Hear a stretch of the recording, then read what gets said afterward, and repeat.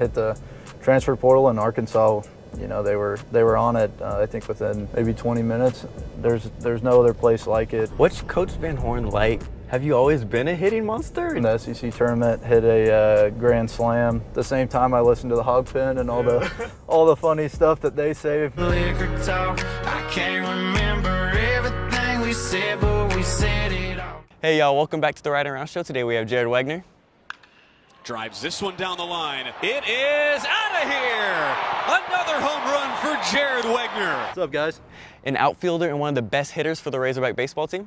Today we're going to talk with you about your Razorback experience, your collegiate experience overall, 4 years, and your plans moving forward. Yep, Top in, bro. So make them drinks strong, cause brother, she's gone. And if I'm ever gonna move on, I'ma need some whiskey glasses. I gotta ask, are you a car or truck guy?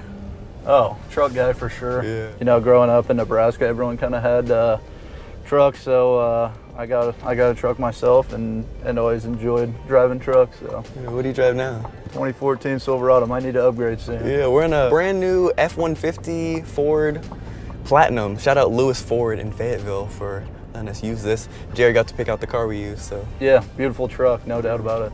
So you're the first baseball guest we've had on the show, so thank you for coming on. Yeah, thank you for having me, man. The last game was 2 days ago, right? That's right, that's right, yeah. So that was your last collegiate game. Yeah, it's tough. I mean, getting the opportunity to play my last year as a Razorback,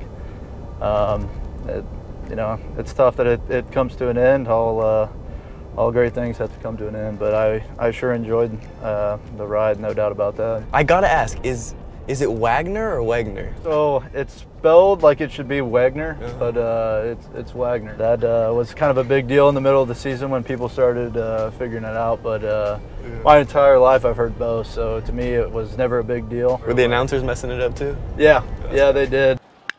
Wegner. Once it kind of came out and our social media team jumped on it, then they figured it out. And Wagner. Do you have a favorite nickname? I've had the most nicknames I've ever had this year, I think. The one that kind of stuck and our social media team ran with it was Pops. Being an older guy, I don't know if it's the beard I'm trying to grow or what it is, but they kind of ran with it. Before we hop into the Instagram Q&A from the audience, I want to list some of your stats. Coming in, you were ranked in the top 20 transfers in the country. Preseason All-American, mid-season All-American, SEC Player of the Week. Gotta shout out the Razorbacks. Did win the SEC championship though, so we did that too. But yeah, do you think there was any key to your success at the Razorbacks? Yeah, I think it comes down to coaching. I think I got better this year just with the facilities, the coaching staff, and then also kind of making that jump from a mid-major to a school like this. Making that jump is, you kind of refocus and you take your game to the next level just because you're competing against such talented players. So you transferred from Creighton. Why? What made you want to come to the Razorbacks? To hit the transfer portal in Arkansas. They were on it. I think within maybe 20 minutes. Nate Thompson contacted me, and when I saw his name pop up, I was like, dang, I really want to go there. What's your favorite Razorback memory? There's so many great memories that I had here. One that sticks out in particular was that when we opened up down in Arlington, there were just so many fans and people at that game, and it was kind of my first taste of what Razorback baseball is all about. Man, Razorback love for sports is crazy all around. Oh, it's unbelievable. I mean, there's no other place like it. Just kind of the family feel of it, and of the programs, and kind of just the support. You get support from everyone in the athletic department and all the everyone on campus. So my grandpa came down to a game about 2 or 3 weeks before he passed. They got him down here. Yeah, he was in a wheelchair and stuff, and got him down here, and that's one of the coolest memories I'll have, because that was my last memories with him, was at Mom, and got to see him. He got to see me play, so. At the big, in front of 11,000 people, or yeah, I know. The big stand. That's pretty cool, man. That was cool. Do you have a favorite play or hit you did, or? Oh, 2 weekends ago in the SEC tournament, hit a grand slam. I think it was in the 7th or 8th inning to put us up 1. That ball is mashed deep to left field. Grand slam, Jared Wegner. Arkansas has taken the lead. Yeah, that was one of the bigger swings I've had in my career, and you know, at the time I was coming off the thumb injury, and you know, being able to come through for my team like that, it was a special moment, that's for sure. There's a question here. How'd you feel mentally when you hurt your thumb? Like, just kind of how was that? You were only out for a few weeks, if that. So, kind of what was that experience like? You know, mentally it sucks. You know, you watching the dugout and you're like, dang, I wish I could be helping my team out right now. You know, but you stay positive. You know, I try to look at it like I still do get time. This isn't season ending. If it would have happened, you know, 3 weeks later, who knows? I could have been done and not even known it. I'm a very positive person. I try to look at the positive side. So, who did you click with first when you got here? I kind of clicked with, you know, Tavian. He was a transfer that came in. Caleb Calley, our third baseman. He, you know, we all got along really well. John Bolton and Harold, I'd say, we're pretty close. And then, you know, Brady being the vet, I lived with him this year, and he kind of took me under his wing, if you will. What's something an average Razorback fan might not know about, you know, Razorback baseball?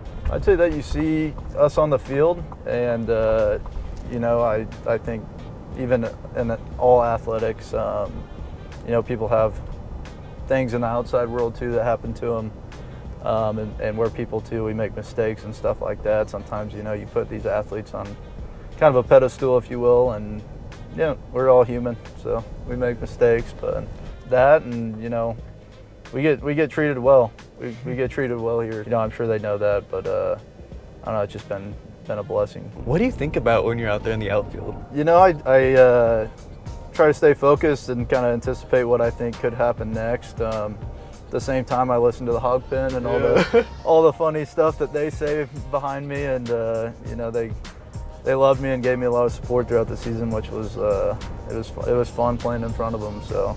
I sat in the seats in the left field hog pen. Man, the fans are heckling the opposing team sitting there in the thing, and then they're cheering for our players. I'm like, that's just cool. Yeah, I would want to be the opposing team. Yeah. This might be a basic question, but do you change where you're standing in the outfield based on who's hitting? Yeah. So Nate Thompson's our outfield coach, and then he shifts us.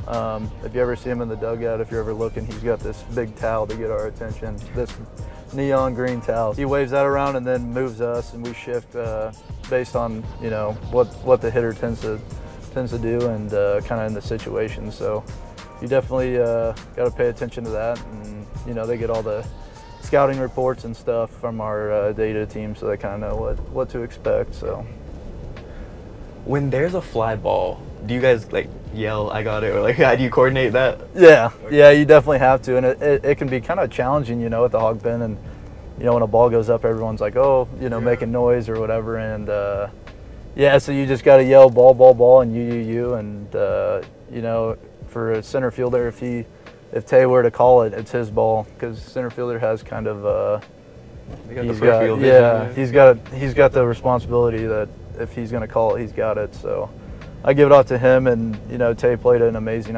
center field this year. There's this clip replaying in my head where you caught it like an inch off the ground. On Mavericks, 36 pitches.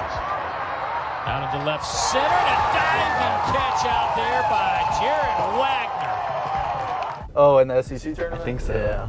Have you always been a hitting monster? I'd say, you know, I've always been a talented hitter. Lifted out to right. That ball is hit really hard. That's about 8 rows up. Home run for Wegner. And Wegner clubs one high, deep, long, gone into the hog pen. Just when you think that's not humanly possible, he just hit one 470 feet to score 3. I took a summer and just trained, and you know, took everything serious, nutrition and all that. So how many times do you go out hitting in a week? Or? I mean, you can probably take 70, 80 swings every day. Okay. Probably. Ooh, your arms. Yeah, the back. The back is the one that'll get you, for us old folks. You definitely have to be consistent, and you know, you're always trying to keep your swing where it's at every single day, day in and day out. What's Coach Van Horn like? How hands-on is he, and just how is he different than previous coaches? Yeah, well, he you know, he gives a lot of trust to us players and coaches, and I think that's important in an organization. He's got a baseball mind and thinks of scenarios before they even happen, and it's just amazing to kind of see, you know, how he strategically does certain things. You know. He seems pretty laid back. He's Yeah. kind of go with the flow type of guy. Yeah, he's laid back, but you know, you mess up or do something, he'll get on you. That's for sure. But no, I couldn't have asked for a better coach. He's a legend, Hall of Fame college coach. So Coach of the year right now. Oh yeah, he was coach of the year. 5 years of baseball, you kind of have more of an objective view of compared to a freshman or a baseball player coming in. So, what would you say the best advice you've got? Kind of take every day for what it is. Don't look too much into, you know, a bad day. It's baseball. You're gonna have plenty of bad days, and you know you can't get too high and too low into this game because it'll tear you down. It really will. That's kind of the advice I'd give to someone who's trying to play at this level. Is you just gotta get better every day. The pitch clock wasn't a thing for you for a lot of your college career. So what's your opinion on that? I'm not a huge fan. You know, I actually had to change my routine, kind of my in between pitches routine. I had to make it a lot shorter, so that was kind of an adjustment. And You think it's harder for the pitchers or hitters? it can play for both, yeah.